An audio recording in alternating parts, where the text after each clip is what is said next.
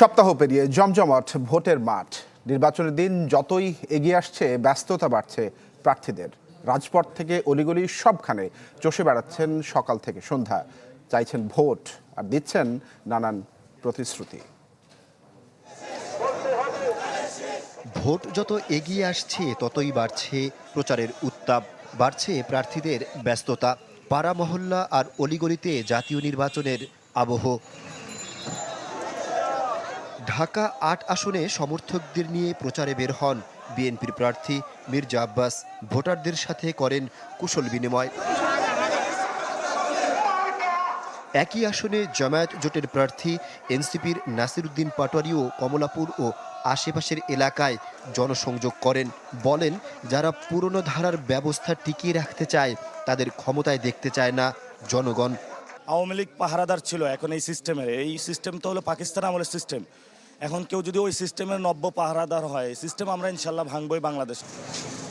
ঢাকা ৯ আসনের স্বতন্ত্র প্রার্থী ডাক্তার তাসনিম যারা বাসাবো এলাকায় প্রচারণা চালান। একই আসনে ধানের শীষের প্রার্থী হাবিবুর রশিদ হাবিবও যান ভোটারদের দ্বারে দ্বারে। তো শোডাউন বা ওইরকম কিছুভাবে আসছি না, তাদেরই দোরগোড়ায় আসছি, বাজারে উঠানে। সো খুব আপন করেই নিচ্ছে। আমি এই এলাকার যারা নির্বাচনে প্রার্থী হয়েছে তাদের সবাইকে নিয়ে ঐক্যবদ্ধভাবে কাজ করতে চাই। এদিকে মিরপুর কলেজে আচরণবিধি নিয়ে একটি মতবিনিময় সভায় অংশ নেন ঢাকা ১৪ আসনের প্রার্থীরা। যে সমস্ত প্রতিকূলতা আমরা প্রতিনিয়ত ফেস করে যাচ্ছি, সেগুলো নিয়ন্ত্রণে স্থায়ী ও বিজ্ঞানসম্মত সমাধান উদ্যোগ গ্রহণ করব। নতুন বাংলাদেশ আমরা গড়ে তুলি, যে বাংলাদেশে থাকবে না দুর্নীতি, থাকবে না কালো টাকার প্রভাব। ঢাকা ৬ আসনের বিএনপির প্রার্থী ইশরাক হোসেন গোপীবাগ সহ বিভিন্ন এলাকায় নির্বাচনী জনসংযোগ করেন। আর জামায়াত জোটের প্রার্থী ডক্টর আব্দুল মান্নানও ভোটারদের সাথে কুশল বিনিময় করে ভোট চান। ৩১ দফার আলোকে ভবিষ্যতে আমাদের বাংলাদেশ নিয়ে যে পরিকল্পনা রয়েছে, শিক্ষা, স্বাস্থ্য এবং বেকারত্ব দূরকরণ নিয়ে, সেগুলোর বিষয়ে আমরা কথা বলছি। আমরা এলসিকে সহজলভ্য করে দেব, বিদেশের সাথে তাদের যোগাযোগটা সুন্দর করে দিয়ে ব্যবসা বাণিজ্য বিস্তার ঘটাবো। আচরণবিধি মেনে আগামী ১০ ফেব্রুয়ারি সকাল ৭:৩০ পর্যন্ত ভোটের প্রচার চালাতে পারবেন প্রার্থীরা। আহমেদ সোহাগ, চ্যানেল 24, ঢাকা। ১১ দলের প্রার্থী ও কর্মী সমর্থকদের উপর হামলা করে কেউ পার পাবে না। ঢাকায় নিজের আসনে নির্বাচনী প্রচারণায় কথা বলেছেন জামায়াতে ইসলামীর আমির ডাক্তার শফিকুর রহমান। হুঁশিয়ারি দিয়েছেন, নারী হেনস্থায় জড়িতদের বিরুদ্ধে সরকার ব্যবস্থা না নিলে রুখে দাঁড়াবে তাদের দল। দেশের বিভিন্ন স্থানে জামাতের নারী কর্মীদের উপর হামলার প্রতিবাদে রাজধানীর মণিপুর বালিকা বিদ্যালয় মাঠে এ সমাবেশ, যেখানে প্রধান অতিথি দলের আমির ডাক্তার শফিকুর রহমান। অনুষ্ঠানে জামাত আমির হুঁশিয়ারি দেন, নারী হেনস্থাকারীদের সরকার ব্যবস্থা না নিলে অপশক্তির বিরুদ্ধে রুখে দাঁড়ানোর। আর যদি কেউ হাত বাড়ানোর চেষ্টা করে, ইনশাল্লাহ আমরা গালে হাত দিয়ে বসে থাকবো না। মায়ের সন্তানের আমরা গর্জে উঠব, যে কোনো মূল্যে আমাদের মায়ের মর্যাদা আমরা ইনশাল্লাহ রক্ষা করব।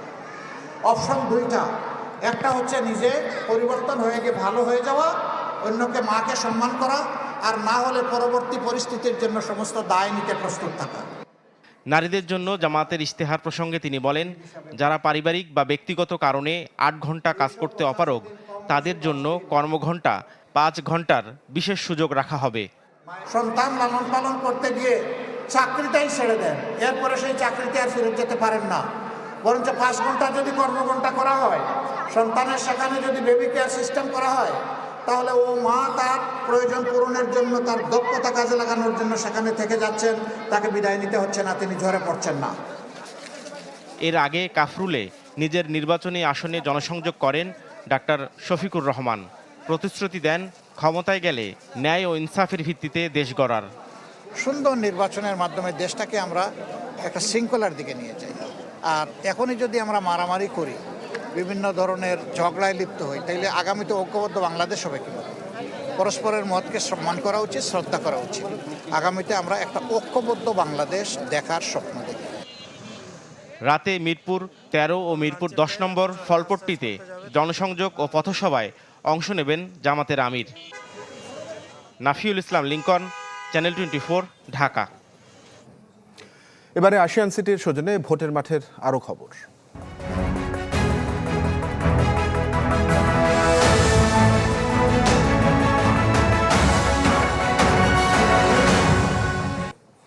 কাল উত্তরবঙ্গ সফরে যাচ্ছেন বিএনপির চেয়ারম্যান তারেক রহমান। ভাষণ দেবেন রাজশাহী এবং নওগাঁয় নির্বাচনী সমাবেশে। সেখান থেকে বগুড়া যাবার পথে অংশ নেবেন কয়েকটি পথসভাতে। রাতে থাকবেন পিতৃভূমি বগুড়ায়। তার সফরকে ঘিরে উচ্ছ্বসিত বিএনপির নেতাকর্মীরা। প্রস্তুত হচ্ছে বিশাল মঞ্চ, অপেক্ষায় নেতাকর্মীরা। দীর্ঘ 22 বছর পর প্রিয় নেতাকে কাছে পাবেন তারা। বিএনপি চেয়ারম্যান তারেক রহমানের সফর ঘিরে ব্যাপক প্রস্তুতি চলছে রাজশাহীতে। মহানগরীর মাদ্রাসা মাঠে তৈরি করা হচ্ছে সমাবেশ মঞ্চ। তারেক রহমানের সফর ঘিরে নানা কর্মসূচিও হাতে নিয়েছে বিএনপির বিভিন্ন সংগঠন। প্রতিনিয়ত যে কথাগুলা, তার চমকপ্রদ কথাগুলা স্টেজে বলছে, কোনো সাউন্ড হলে পরে বলছে গুপ্ত গুপ্ত, ভ্যারাইটিস ভাবে তিনি তরুণদেরকে আজকে আকৃষ্ট করছে। দীর্ঘদিন পর উনি রাজশাহীতে আসবেন এবং জনসভা করবেন। জনসভাতে মানুষ যাবে, তিনার বক্তব্য শুনবে, তিনার যে দিক নির্দেশনা নেতাকর্মীরা সেটা শুনে সেটা আগামী নির্বাচনে বাস্তবায়ন করবে। আমাদের ব্যাপক প্রস্তুতি রয়েছে ইনশাল্লাহ। আমাদের এখানে লক্ষ লক্ষ মানুষ তারা তারেক রহমানকে দেখার জন্য, তিনার কথা শোনার জন্য অধীর আগ্রহের অপেক্ষা ইনশাল্লাহ। বুধবার সমাবেশস্থল পরিদর্শন করেন বিএনপির স্থানীয় নেতারা। সংবাদ সম্মেলনে জানানো হয়, সমাবেশে 3টি জেলার 13 জন বিএনপি প্রার্থীকে পরিচয় করিয়ে দেবেন তারেক রহমান। এই মুহূর্তে বাংলাদেশের মানুষ তার দিকে তাকিয়ে আছে। এই মহান জনসমুদ্রের মধ্যে দিয়ে আমাদের নেতা তারেক রহমান, শহীদ জিয়ার, বেগম খালেদা জিয়ার, তারেক রহমানের ধানের শীষের দুর্গ রাজশাহীর ঐতিহাসিক মাদ্রাসা মাঠ, শত শত বছরের প্রাচীন সেই মাঠের এই সভা আগামী ইতিহাসে লেখা থাকবে। রাজশাহীর সমাবেশ শেষে তারেক রহমান যাবেন নওগাঁ ও বগুড়া। রাতে থাকবেন নিজ জেলা বগুড়ায়। খালেদা জিয়ার মৃত্যুর পর এই প্রথম রাজশাহীতে কোনো কর্মসূচিতে যোগ দিচ্ছেন সম্প্রতি বিএনপির হালধরা তারেক রহমান। আবরার শাইর, চ্যানেল 24, রাজশাহী। বাংলাদেশের সাবেক প্রধানমন্ত্রী প্রয়াত বেগম খালেদা জিয়ার প্রতি শ্রদ্ধা জানালো ভারতের পার্লামেন্ট। 2026-27 অর্থ বছরের বাজেট অধিবেশনের প্রথম দিন রাষ্ট্রপতির ভাষণের পর লোকসভা এবং রাজ্যসভার যৌথ অধিবেশনে আনুষ্ঠানিকভাবে এই শ্রদ্ধা জানানো হয়। সংসদ কার্যক্রমের শুরুতে স্পিকার ওম বিড়লা প্রয়াতদের স্মরণে শোক প্রস্তাব পাঠ করেন, যেখানে খালেদা জিয়ার নাম বিশেষভাবে উল্লেখ করা হয়। বেগম জিয়া ছাড়াও মহারাষ্ট্রের উপমুখ্যমন্ত্রী অজিত পাওয়ার সহ আরও 3 জনের নাম ছিল এই তালিকাতে। গেল ডিসেম্বরে খালেদা জিয়ার মৃত্যুতে ভারতের প্রধানমন্ত্রী নরেন্দ্র মোদী শোক প্রকাশ করে বলেন, বাংলাদেশের উন্নয়ন ও ভারত বাংলাদেশ সম্পর্ক গঠনে তার ভূমিকা স্মরণীয় হয়ে থাকবে। 2015 সালে দুজনের বৈঠকের ছবিও তিনি শেয়ার করেন। Begum Khaleda Zia passed away on the 30th of December 2025 after a prolonged illness. She was the first woman Prime Minister of Bangladesh and served in the office for 3 terms between 1991 to 2006. She also served as the leader of the opposition from 1996 to 2001. Begum Khaleda Jia made important contributions to the development of Bangladesh and to Indo-Bangladesh bilateral relations. I request members to rise in their places and observe silence as a mark of respect to the memory of the departed. নির্বাচন যত ঘনিয়ে আসছে, দেশ জুড়ে জোরালো হচ্ছে প্রচারণা। প্রতিশ্রুতির ডালা সাজিয়ে প্রার্থীরা ছুটছেন ভোটারদের দাঁড়ে দাঁড়ে। দোয়া ও সমর্থন চাইছেন নিজের প্রতীকের পক্ষে। টেকনাফ থেকে তেতুলিয়া জাতীয় নির্বাচন ঘিরে জোর প্রচারণায় প্রার্থীরা প্রতিশ্রুতির ঝুলি নিয়ে চষে বেড়াচ্ছেন নিজ নিজ এলাকা। প্রচারণার 7ম দিনে চট্টগ্রাম 11 আসনে প্রচারণা চালান বিএনপি প্রার্থী আমির খসরু মাহমুদ চৌধুরী। আহ্বান জানান ষড়যন্ত্র রুখতে ধানের শীষে ভোট দেয়ার।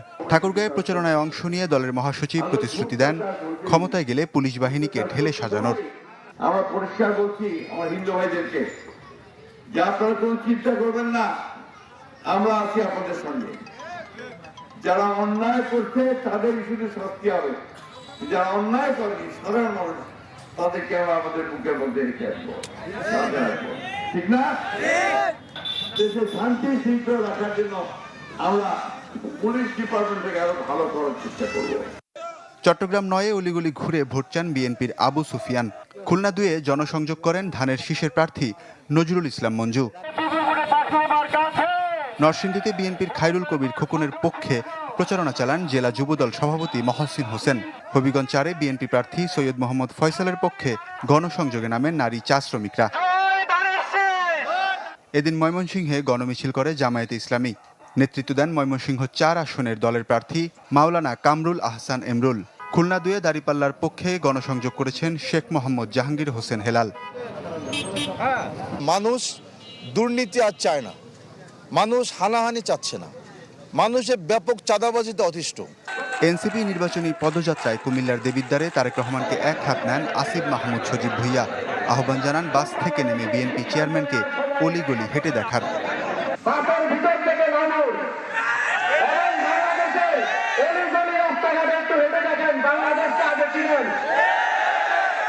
তারপরে আমরা ভরসা করতে পারবো যে আপনারা বাংলাদেশের জন্য কিছু করতে পারবেন কি পারবেন না। ভোলায় গণভোটে উদ্বুদ্ধ করতে অনুষ্ঠিত হয়েছে ইমাম সম্মেলন। এতে হ্যাঁ ভোটের ইতিবাচক দিক তুলে ধরেন জেলা প্রশাসক। Desk report, channel 24।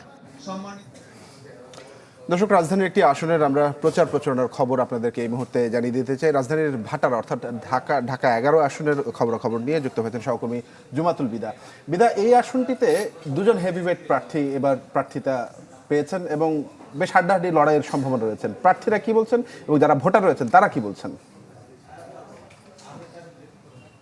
প্রার্থীর কথা প্রার্থীর মুখেই শুনবো। ঢাকা 11 আসনে দিনরাত প্রচারণা চলছে। সংকট রয়েছে, যারা ভোটার রয়েছেন তারা তাদের সংকটের কথা বলছেন, না সমাধানের প্রতিশ্রুতি সেটি দিচ্ছেন প্রার্থীরা। আমরা রয়েছি বিএনপি মনোনীত প্রার্থী এম এ কাইয়ুমের সাথে এবং তার কাছে সরাসরি জানতে চাইবো যে প্রতিশ্রুতি ডামাডোলে এই যেই ভোটাররা রয়েছে তাদের সীমাবদ্ধতার জায়গাটুকু আসলে সংকটগুলো সমাধান হবে কি?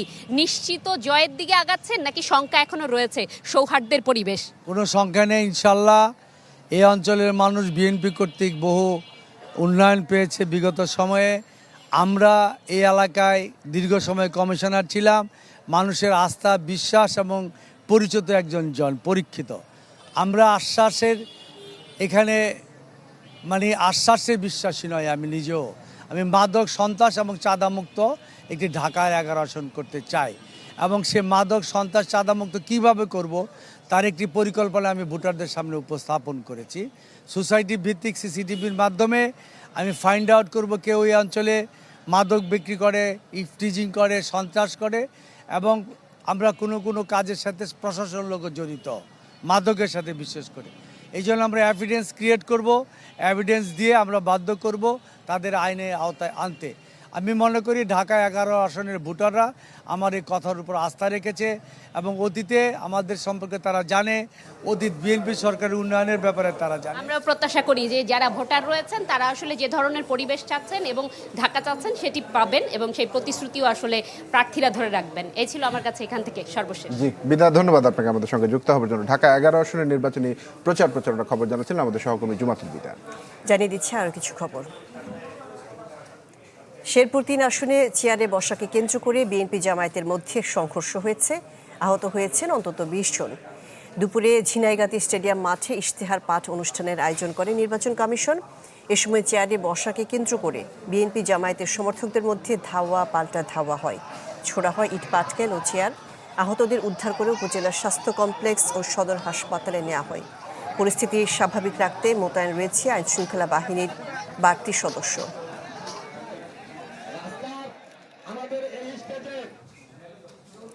নির্বাচন অভ্যন্তরীণ বিষয়ে এ নিয়ে ভারত মতামত দেওয়ার অধিকার রাখে না বলে মনে করেন পরিবেশ বিষয়ক উপদেষ্টা সৈয়দা রিজওয়ানা হাসান। হুঁশিয়ারি দেন, পতিত স্বৈরাচার ভোটে বাধা দিতে চাইলে প্রতিহত করবে সরকার। আর পররাষ্ট্র উপদেষ্টা তৌহিদ হোসেন জানিয়েছেন, নির্বাচনে সহিংসতার তথ্য না থাকলেও শঙ্কা রয়েছে। নির্বাচনে উৎসবমুখর প্রচারণার মধ্যেই কোথাও ছড়াচ্ছে উত্তাপ। তাই ভোটের এই সময়টাতে সহিংসতার শঙ্কা উড়িয়ে দিচ্ছে না সরকার। সচিবালয়ে পরিবেশ উপদেষ্টা বলেন, ভোটের পরিবেশ নষ্ট করার চেষ্টা করছে আওয়ামী লীগ। সাফ জানিয়ে দেন, নির্বাচন নিয়ে অন্য দেশ বিশ্লেষণ করতে পারে, কিন্তু মতামত দেওয়ার সুযোগ নেই। তার বিশ্লেষণ থাকতে পারে, কিন্তু কে জিতলে কি ধারণা করবে, জিতবার আগেই এত কথা বলে দিলে তো এই মন্তব্য বস্তুনিষ্ঠ সেরকম মনে করার আমাদের কোনো সুযোগ থাকছে না। ভোটের পরিবেশ নষ্ট করার জন্য যদি পতিত স্বৈরাচারের কোনো শক্তি কোনো রকম চেষ্টা করে, সেটা প্রতিহত করার জন্য সরকার প্রস্তুত আছে। নির্বাচনে সহিংসতার কোনো তথ্য না থাকলেও শঙ্কা আছে বলে জানিয়েছেন পররাষ্ট্র উপদেষ্টা। বলেন, যারা নির্বাচনে নেই তারাই বিশৃঙ্খলা করতে পারে। নরমালি হওয়ার কথা না, কারণ যারা নির্বাচনে অংশগ্রহণ করছেন তারা প্রত্যেকেই যথেষ্ট তাদের কার্যকলাপে যথেষ্ট সংযমের পরিচয় দিচ্ছেন। কাজেই গণ্ডগোল হলে যারা নির্বাচনে অংশ নিচ্ছে না বা নিতে পারছে না, তাদের দ্বারাই হওয়া সম্ভব। এদিকে সিলেটে স্বরাষ্ট্র উপদেষ্টা জানান, এবার নির্বাচন পরিচালনার দায়িত্বে থাকছেন না আওয়ামী লীগের কোনো দোসর। নির্বাচনের সাথে যারা জড়িত, এখানে কোনো আওয়ামী লীগের দোসর বলতে কোনো কিছু নেই। এখানে সবাই নির্বাচনের জন্য প্রস্তুত। এখানে সবাই খুব ভালো অফিসার, সৎ অফিসার। নিরাপদ ও সুষ্ঠু ভোট আয়োজনে সব ধরনের প্রস্তুতি নেওয়ার কথাও জানান স্বরাষ্ট্র উপদেষ্টা। অন্যান্য নির্বাচনের তুলনায় এবার প্রস্তুতি আরো বেশি ভালো। আদ্দিন সজীব, চ্যানেল 24, ঢাকা। জাতীয় নির্বাচনে কোনো পক্ষ নেবে না যুক্তরাষ্ট্র। নির্বাচিত যে কোনো সরকারের সঙ্গে কাজ করবে দেশটি। সিইসির সঙ্গে বৈঠক শেষে এসব কথা জানিয়েছেন মার্কিন রাষ্ট্রদূত ব্রেন্ট ক্রিস্টেনসন। এ সময় ইসির সিনিয়র সচিব জানিয়েছেন, নির্বাচন ও গণভোট পর্যবেক্ষণে প্রতিনিধি পাঠাবে না যুক্তরাষ্ট্র। রাষ্ট্রদূত হিসেবে নির্বাচন কমিশনের প্রথমবারের মতো প্রধান নির্বাচন কমিশনারের সাথে দেখা করতে আসেন যুক্তরাষ্ট্রের রাষ্ট্রদূত ব্রেন্ট ক্রিস্টেনসন। বৈঠক করেন ঘণ্টাখানেক। বৈঠক শেষে সাংবাদিকদের সাথে সংক্ষিপ্ত কথা বলেন। সিসির সাথে ভালো বৈঠক হয়েছে উল্লেখ করে তিনি বলেন, নির্বাচনে যুক্তরাষ্ট্র কোনো পক্ষ নেয় না। The United States government does not take sides in Bangladesh's elections. The outcome of the election is for the Bangladeshi people and only the Bangladeshi people to decide. We are prepared to work with any government who the Bangladeshi people elect to represent them going forward. নির্বাচন কমিশনের senior সচিব জানান, postal ballot ও আইনশৃঙ্খলা পরিস্থিতি নিয়েও আলোচনা হয়েছে বৈঠকে। আইনশৃঙ্খলা বাহিনী বা কারোর কাছ থেকে কোনো ওভারডুইং যে এর কোনো খবর আমরা পেয়েছি কিনা। আমি বললাম যে দেখেন, প্রাথমিকভাবে এই খবরগুলো আসে স্থানীয়ভাবে। আমাদের এখানে যদি আসে এমন কোনো এরকম কথা হয় আমাদের নলেজে নাই। যদি এটা হয়ে থেকে থাকে তাহলে স্থানীয়ভাবে এটাকে নিষ্পত্তি করা হয়েছে। নির্বাচনে যুক্তরাষ্ট্র কোনো পর্যবেক্ষক পাঠাবে না বলেও জানান তিনি। তবে স্থানীয়ভাবে দূতাবাস 4টি স্থানে নিজেদের মতো করে ভোটের পরিস্থিতি পর্যবেক্ষণ করবে। সেই প্রতিবেদন পাঠানো হবে দেশটির সিনেটে। ওনারা ওখান থেকে আপনার কোনো পর্যবেক্ষক দল আসবে না, তবে ইন্ডিপেন্ডেন্ট একটা দল আসবেন মার্কিন দূতাবাস থেকে। ওনারা ঢাকা, সিলেট, চট্টগ্রাম এবং খুলনায় ওনাদের মতন পর্যবেক্ষণে যাবেন। But they are not the formal observers. ওনারা এমনি দেখতে যাবেন ভোটের অবস্থাটা কি। সচিব জানান, ভোটের পরিবেশ কারা দেখবেন তার একটি তালিকা কমিশনে দেবে যুক্তরাষ্ট্র দূতাবাস। আশেকেন প্রিন্স, চ্যানেল 24, ঢাকা। চট্টগ্রামের রাউজানে 30 ফুট গভীর একটি গর্তে পড়ে গেছে 3 বছরের এক শিশু। বিকাল 4:30টার দিকে উপজেলার কদরপুর ইউনিয়নের দক্ষিণ জয়নগর এলাকায় শিশুটি পড়ে যায়। সেখানে গভীর নলকূপের জন্য গর্তটি খোঁড়া হয়েছিল। তবে শিশুটি কিভাবে গর্তে পড়ে গেছে তা জানা যায়নি। কান্নার শব্দ শুনে মূলত স্বজনরা বুঝতে পারেন। খবর পেয়ে ফায়ার সার্ভিসের একাধিক ইউনিট ঘটনাস্থলে গেছে। তারা শিশুটিকে উদ্ধারের কাজ চালাচ্ছে। ঘটনাস্থলে রয়েছে পুলিশও।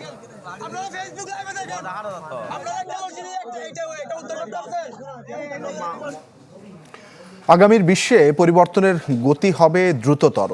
তাল মেলাতে না পারলে পিছিয়ে পড়বে বাংলাদেশ। এই কথা বলেছেন প্রধান উপদেষ্টা ডক্টর মোহাম্মদ ইউনূস। রাজধানীর চীনমৈত্রী সম্মেলন কেন্দ্রের ডিজিটাল ডিভাইস অ্যান্ড ইনোভেশন এক্সপোর উদ্বোধন শেষে তিনি বলেন, আর্টিফিশিয়াল ইন্টেলিজেন্স এআই নিয়ে আরও সচেতন হতে হবে। এর ব্যবহারে গড়ে তুলতে হবে দক্ষ জনবল। মন্তব্য করেন, তরুণদের হাত ধরেই এগিয়ে যাবে আগামীর বাংলাদেশ।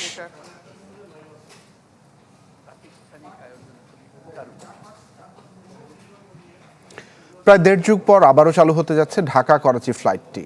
হজরত শাহজালাল আন্তর্জাতিক বিমানবন্দর থেকে যাত্রী নিয়ে বিমান বাংলাদেশ এয়ারলাইন্সের একটি ফ্লাইট পাকিস্তান যাবে কাল। বাংলাদেশ বিমানের জনসংযোগ বিভাগ জানায় 29 জানুয়ারি রাত 8টায় উদ্বোধনী ফ্লাইটটি ঢাকা ছাড়বে। টানা 3 ঘন্টা আকাশপথ পাড়ি দিয়ে পৌঁছাবে করাচি বিমানবন্দরে। প্রথম ফ্লাইটে সাধারণ যাত্রীদের পাশাপাশি সংশ্লিষ্ট মন্ত্রণালয়ের উচ্চপদস্থ কর্মকর্তা এবং রাষ্ট্রদূতরা সফর করবেন। আপাতত সপ্তাহে 2 দিন বৃহস্পতিবার এবং শনিবার এই রুটটিতে ফ্লাইট চলাচল করবে। ট্রানজিট না থাকায় সময় বাঁচার পাশাপাশি যাত্রীদের খরচও কমবে অন্তত 30,000 টাকা।